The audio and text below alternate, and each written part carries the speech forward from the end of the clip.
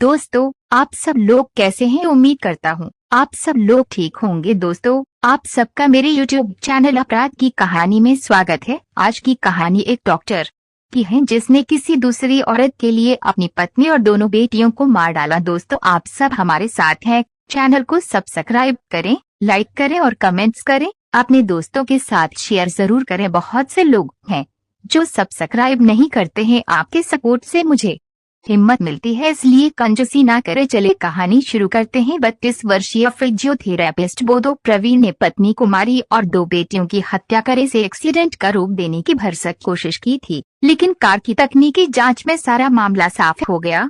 आखिर प्रवीण ने पत्नी और दो बेटियों का मर्डर क्यों किया? पत्नी कुमारी और दोनों बेटियों को लेकर लॉन्ग ड्राइव पर निकला। प्रवीण कुछ दूर पर ही पहुंचा था कि पत्नी कुमारी ने खुद को कुछ असहज महसूस करते हुए प्रवीण से कहा, मुझे काफी अनइजीनेस लग रहा है और पेट दर्द हो रहा है। तब प्रवीण के तेलंगाना के बल्लापल्ली गांव के पास कार रोककर वहां के एक मेडिकल स्टोर से दवा खरीदी। प्रवीण एक फिजियोथेरेपिस्ट था, इसलिए उसने कुमारी को कार के पीछे की सीट पर बैठाकर इंजेक्शन लगा दिया। दोनों बेटियों को अपने पास आगे की सीट पर बैठाकर वे फिर गांव के लिए चल पड़ा। उसकी कार मंचुकोडा गांव के पास पहुंची तो उसका भयानक एक्सीडेंट हो गया। प्रवीण की कार अधिक स्पीड में सड़क किनारे के एक पेड़ से टकरा गई थी। किसी चीज के बहुत तेज टकराने की आवाज सुनकर आसपास के लोग वहां दौड़े आए। कार का आगे का हिस्सा पिचक गया था, इसलिए लोगों ने मदद की तो प्रवीण बाहर आया। उसका हाथ छिल गया था। गांव वालों में से किसी ने इस दुर्घटना की जानकारी देने के लिए पुलिस को फोन कर दिया। आगे की सीट पर बैठी 4 साल की बेटी कृषिका और 2.5 साल की तनिष्का अब जीवित नहीं है। इस बात की जानकारी गांव वालों को पहली नजर में ही हो गई थी। पीछे की सीट से 26 साल की कुमारी को लोग उठाकर बाहर लाए तो लोगों को लगा कि इसकी भी मौत हो चुकी है। फिर भी गांव वाले किसी दूसरे की कार से सभी को नजदीक के अस्पताल ले गए। दो युवक प्रवीण को ऑटो में बैठाकर नजदीक के एक डॉक्टर के यहाँ ले गए और हाथ पर पट्टी बंधवाई। अस्पताल में डॉक्टर ने कुमारी की जांच करके उसे मृत घोषित कर दिया था। प्रवीण ने अपने घर वालों तथा ससुराल वालों को फोन करके घटना के बारे बताया तो वे लोग भी वहां दौड़े आए। सूचना पाकर थाना रघुनाथ पाल के इंस्पेक्टर कोंडल राव भी अपनी पुलिस टीम के साथ वहां आ गए थे। पूछताछ में प्रवीण ने बताया, सर, मेरी कार की स्पीड थोड़ी ज्यादा थी और सामने अचानक एक बछड़ा आ गया तो उसे बचाने के लिए कार की स्टीयरिंग थोड़ी घुमाई तो वह सामने पेड़ से जाकर टकरा गई। प्रवीण मासूम बेटियों और पत्नी की लाश को देख कर रो रहा था। पुलिस ने एक्सीडेंट का मुकदमा दर्ज करके तीनों लाशों का पंचनामा किया और उन्हें पोस्टमार्टम के लिए भिजवा दिया। कुमारी के मम्मी पापा की हालत खराब थी। जवान बेटी और दो मासूम नातिनों की मौत से वे टूट गए थे। इंस्पेक्टर कोंडल राव दुर्घटना स्थल और दुर्घटनाग्रस्त कार का निरीक्षण कर रहे थे। तभी पति पत्नी ने उनके पास जाकर हाथ जोड़कर कहा, साहब, ये एक्सीडेंट नहीं है। हमारे दामाद प्रवीण ने इन तीनों की हत्या की है, इसलिए साहब जांच बहुत संभाल कर कीजिएगा।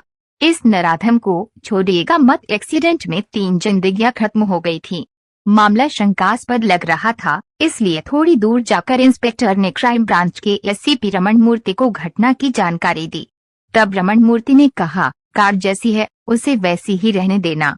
मैं कल सुबह अपनी टीम के साथ वहां आता हूँ। पोस्टमार्टम के बाद कुमारी, कृषिका और तनिष्का की लाश को कुमारी के पापा ने अपने कब्जे में लिया और उनका अंतिम संस्कार अपने गांव में करने के लिए कहा।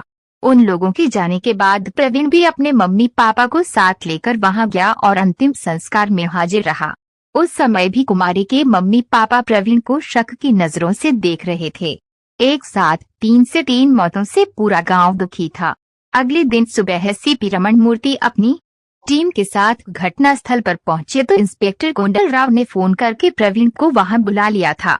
रमन मूर्ति ने प्रवीण से प्राथमिक पूछताछ करने के बाद उसके गांव और हैदराबाद के अस्पताल, घर का पता, कॉन्टैक्ट नंबर और ड्राइविंग लाइसेंस नंबर आदि सारी जानकारी ले ली थी। प्रवीण ने उनसे विनती करते हुए कहा, सर, मैं डॉक्टर हूं और किसी तरह छुट्टी लेकर यहाँ आया था। उसी में ये एक्सीडेंट हो गया। अगर इस एक्सीडेंट के मामले में मेरी जरूरत न हो तो आप मुझे हैदराबाद जाने की आज्ञा दीजिए। आज रात या कल सुबह मेरा हैदराबाद पहुंचना जरूरी है। प्रवीण की बात सुनकर एससीपी ने पहले प्रवीण को फिर इंस्पेक्टर कोंडल राव की ओर देखा। दोनों अधिकारियों में आंखों ही आंखों में इशारा हुआ। उसके बाद एसीपी रमण मूर्ति ने कहा, ठीक है, आप जाइए, जरूरत पड़ेगी तो आपको बुला लिया जाएगा। अधिकारियों का आभार व्यक्त करके प्रवीण हैदराबाद चला गया। ऐसे फंसा डॉक्टर प्रवीण पुलिस के शिकंजे में। एक्सीडेंट 25 मई 2024 को हुआ था। प्रवीण दूसरे दिन रात को हैदराबाद चला गया था। इसके बाद पुलिस ने कभी उसे फोन नहीं किया। ठीक 48 दिन बाद 14 जुलाई 2024 की दोपहर को थाना रघुनाथपाल की पुलिस हैदराबाद पहुंची और अत्तापुर इलाके से प्रवीण को हिरासत में लेकर थाना रघुनाथपाल लौट आई। 17 जुलाई 2024 को प्रेस कॉन्फ्रेंस आयोजित करके एसीपी रमण मूर्ति ने पूरे केस का खुलासा कर दिया।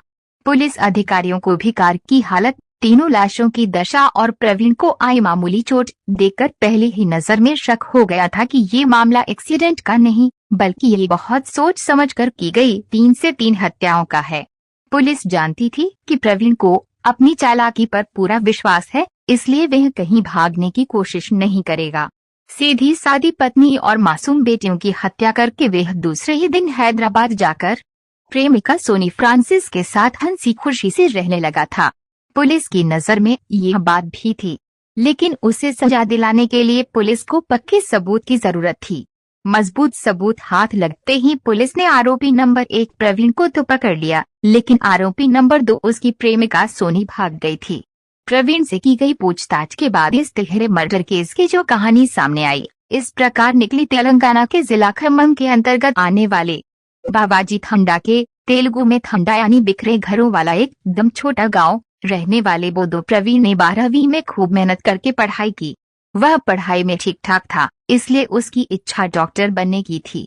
उसने मेहनत तो खूब की, पर थोड़ा पीछे रह गया, जिससे मेडिकल के बजाय उसका दाखिला हैदराबाद के कॉलेज में फिजियोथेरेपिस्ट विभाग में हुआ। पढ़ाई पूरी करके उसने डिग्री प्राप्त कर ली। उसकी इच्छा अपना फिजियोथेरेपी सेंटर खोलने की थी, लेकिन इसके लिए अनुभव के अलावा पैसे की भी जरूरत थी। ये दोनों चीजें नौकरी करके ही मिल सकती थीं। इसके लिए उसने हैदराबाद के अत्तापुर के एक प्राइवेट जर्मिनेटन अस्पताल में नौकरी कर ली। हर मध्यम वर्गीय परिवार में माँ बाप की मानसिकता होती है कि बेटा कमाने लगे तो फटाफट उसका विवाह कर दिया जाए। प्रवीण की नौकरी लगते ही उसके मम्मी पापा ने उसके लिए लड़की की तलाश शुरू कर दी। लड़का डॉक्टर था, इसलिए खम्मम जिले के ही एक गांव के अच्छे परिवार की खूबसूरत लड़की उन्हें मिल गई। उस संस्कारी लड़की का नाम कुमारी था। कुमारी और प्रवीण ने एक दूसरे को पसंद कर लिया तो साल 2019 में दोनों का धूमधाम से विवाह हो गया। विवाह के बाद कुमारी पति के साथ हैदराबाद आ गई और अपना घर संसार शुरू कर दिया। दोनों की जिंदगी राजी खुशी से गुजर रही थी। साल 2020 में कुमारी ने एक बेटी को जन्म दिया। गुड्डे आज जैसी उस बेटिया का नाम रखा कृषिका। अब तक प्रवीण का वेतन भी बढ़ गया था। साल 2022 में उसकी दुनिया में दूसरी बेटी का आगमन हुआ, जिसका नाम तनिष्का रखा। कुमारी दोनों बेटियों की देखभाल में व्यस्त रहने लगी थी। उसी बीच प्रवीण के अस्पताल में एक खूबसूरत नर्स आई। केरल से आई। उस 22 साल की नर्स का नाम सोनी फ्रांसिस था। प्रवीण के ही विभाग में उसे नर्स की जिम्मेदारी सौंपी गई, इसलिए धीरे धीरे दोनों के बीच प्रेम संबंध बन गए। शुरुआत में उनकी हंसी मजाक के बीच दोस्ती हुई। ये दोस्ती कब प्यार में बदल गई, दोनों को ही पता नहीं चला। केरल से हैदराबाद अकेली आई सोनी को एक मजबूत सहारे की जरूरत थी, जिसके लिए उसने प्रवीण को पसंद कर लिया। हैदराबाद में अत्तापुर में वे एक बेडरूम के फ्लैट में किराए पर रहती थी। कुमारी को तो घर में दोनों बेटियों की देखभाल से ही फुर्सत नहीं मिलती थी। दूसरी ओर प्रवीण उस केरल की नर्स के प्रेम में पड़ चुका था। दोनों के संबंध इस हद तक आगे निकल चुके थे कि नाइट शिफ्ट का बहाना करके प्रवीण पूरी रात प्रेमिका सोनी के साथ उसके फ्लैट में रहता था। पति का पैर गड्ढे में चला गया है, इस बात की जानकारी आगे पीछे हर पत्नी को हो ही जाती है। सोनी के साथ के प्रवीण के प्यार की भी जानकारी कुमारी को हो गई। कुमारी प्रवीण के सामने गिड़गिड़ाई कि बेटियों के भविष्य के बारे में सोचकर वह ये सब बंद कर दे, उसे ये सब शोभा नहीं देता। कुमारी पति के सामने हाथ जोड़ती रही, गिड़गिड़ाती रही, झगड़ती रही, पर सोनी के प्यार में गले तक डूबे प्रवीण ने पत्नी और बेटियों की जरा भी परवाह नहीं की। अब सोनी का सानिध्य ही उसे स्वर्ग लगता था। रो धो कर लाचार कुमारी ने अंत में अपने मम्मी पापा और सास ससुर से प्रवीण की शिकायत की। कुमारी और प्रवीण के मम्मी पापा ने मिलकर बात की, पर कोई समाधान नहीं हो सका। कुमारी के माँ बाप की शिकायत पर बिरादरी की पंचायत बैठी और उसमें भी इस बात की चर्चा हुई। तब प्रवीण के पापा ने कहा, अगर प्रवीण नहीं सुधरता तो मैं हैदराबाद की नौकरी छुड़वाकर उसे हमेशा के लिए गांव बुलवा लूंगा।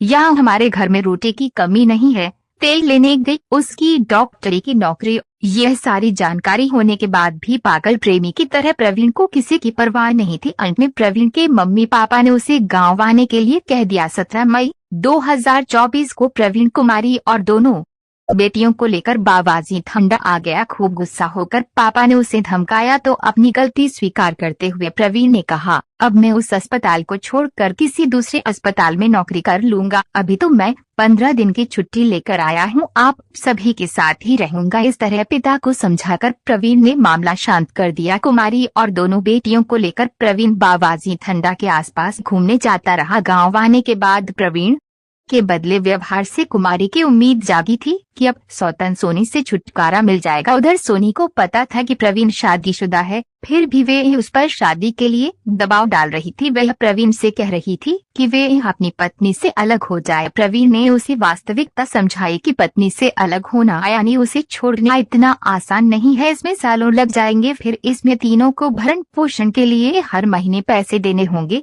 जिसके बाद वह खाली हो जाएगा। गले की फांस क्यों बनी प्रेमिका सोनी की बगैर प्रवीण को जीना असंभव लग रहा था। दूसरी ओर सोनी शादी के लिए इस तरह जिद पकड़े थी कि प्रवीण परेशान था। इसी के साथ सोनी ने ये भी कह दिया था कि वे उसकी बेटियों की जिम्मेदारी कभी नहीं लेगी। सोनी से संबंध तोड़ने के लिए घर में उसकी पत्नी कुमारी प्रवीण से झगड़ा करती थी। उसने घर वालों से भी प्रवीण की शिकायत कर दी थी। जब सोनी का दबाव ज्यादा बढ़ा तो प्रवीण ने कहा, तुम से ब्याह करने के लिए उन तीनों को खत्म करने के अलावा दूसरा कोई रास्ता नहीं है। तब सोनी ने खुश होकर कहा, फिर देर किस बात की, फटाफट ये काम कर डालो। कार में लंबी यात्रा के दौरान कुमारी हमेशा अनइजीनेस की शिकायत करती थी।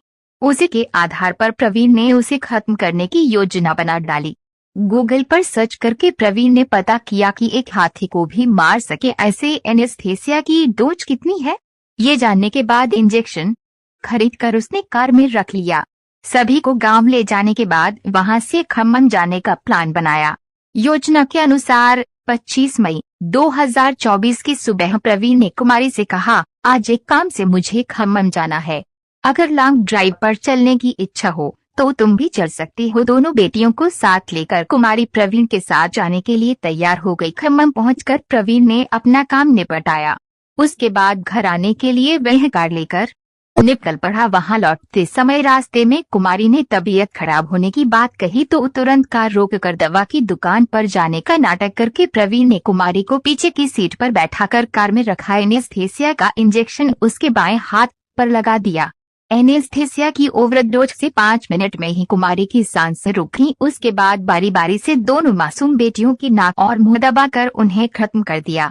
इसके बाद इसे एक्सीडेंट का रूप देने के लिए कार सड़क के किनारे के पेड़ से टकरा दी। पुलिस की टेक्निकल टीम ने प्रवीण के मोबाइल से उसकी गूगल की सर्च की हिस्ट्री खोज निकाली थी। कार की तलाशी के दौरान उसमें से इंजेक्शन की सीरीज मिली थी, जिसे फोरेंसिक लैब भेज दिया गया था, जहां से उस कातिल जहर की रिपोर्ट आ गई थी। ऑटोप्सी रिपोर्ट में भी एनेस्थेसिया के ओवरडोज से कुमारी की मौत और दोनों बच्चियों की मौत सांस रुकने से हुई थी।